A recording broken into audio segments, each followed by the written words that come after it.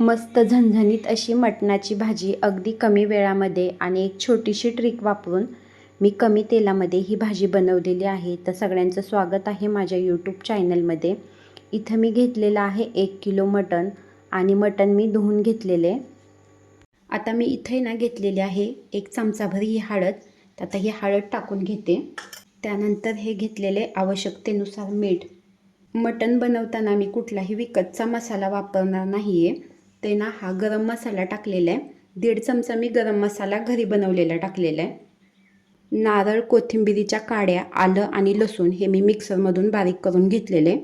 आता हेही टाकून घेते आणि त्यानंतर ही बारीक चिरलेली कोथिंबीर ही टाकलेली आहे. आणि आता आहे ना हे मटण मी छान असं मटणाला आहे ना हे सगळा मसाला असा लावून घेणार आहे. मटणाला हा मसाला लावल्यानंतर 10 मिनटं आहे ना मटण ही मसाला लावून मी असं ठेवून देणार आहे. म्हणजे की नाही मसाला छान असा मटणामध्ये मुरला जातो आणि मटणाची चव वाढते.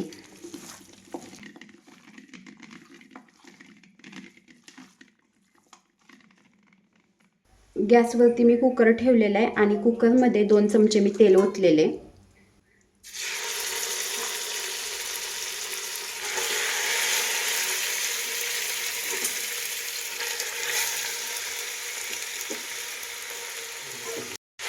कुकरमध्ये मी मटण टाकून घेतलेलं आहे आणि ना मटण मी असं छान असं हलवून घेणार आहे सुरुवातीला.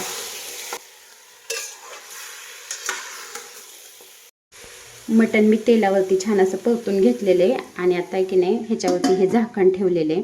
मी कुकरला काय झाकण लावलेलं नाही. तर आता आहे ना वाफेने मटणाला छान असं पाणी सुटेल. तर आता आहे ना थोडा वेळ ना पाणी सुटेपर्यंत मी हे झाकण ठेवलेले.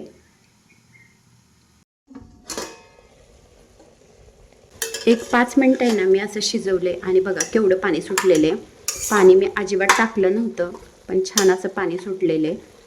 मटणामध्ये मी एक थेंबसुद्धा पाणी टाकलं नव्हतं पण अजिबात पाणी न टाकता एवढं पाणी सुटलेले. असं पाणी सुटलं ना आणि अशा पाण्यावरती मटण शिजलं ना सुरुवातीलाच म्हणजे मटणाची चव छान लागते.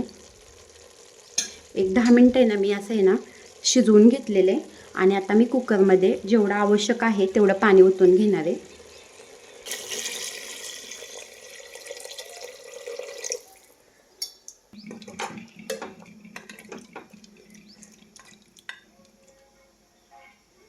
बोकडाचं मटण शिजायला 5 शिट्ट्या तरी लागतात. तर मी ना इथं 5 शिट्ट्या देऊन घेणार आहे.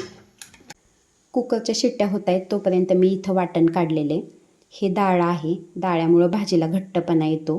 त्यानंतर हे टोमॅटो आहे. हा नारळ आहे. भरपूर अशी कोथिंबीर घेतलेली आहे. 2 मध्यम आकाराचे कांदे चिरून घेतलेले आहेत आणि हा लसूण घेतलेला आहे.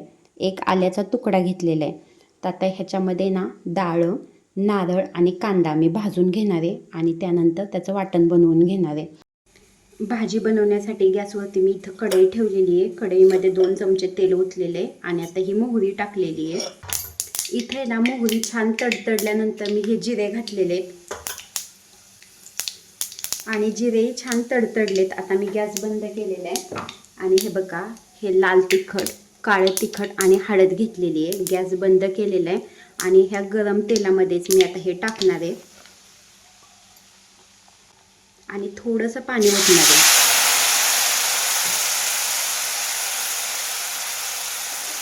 आणि आता मी परत गॅस चालू केलेला आहे.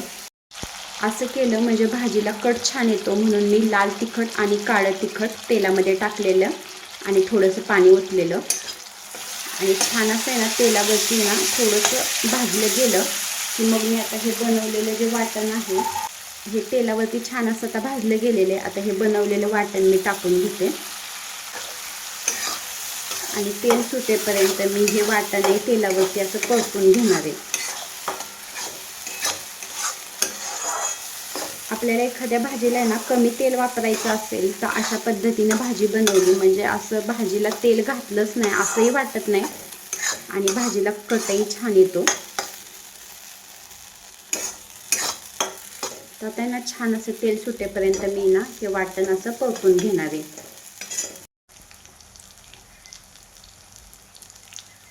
इथे ना हे बघा वाटणाला छान असं तेल सुटलेले आणि तेलामध्ये छान असं वाटण परतले गेलेले.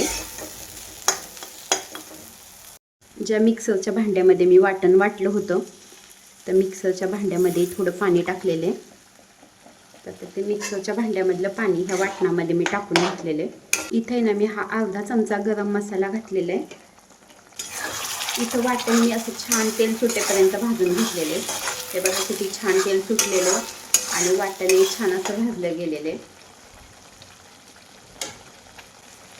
तर आता हे शिजवलेलं मटण मी ह्याच्यामध्ये टाकून घेते.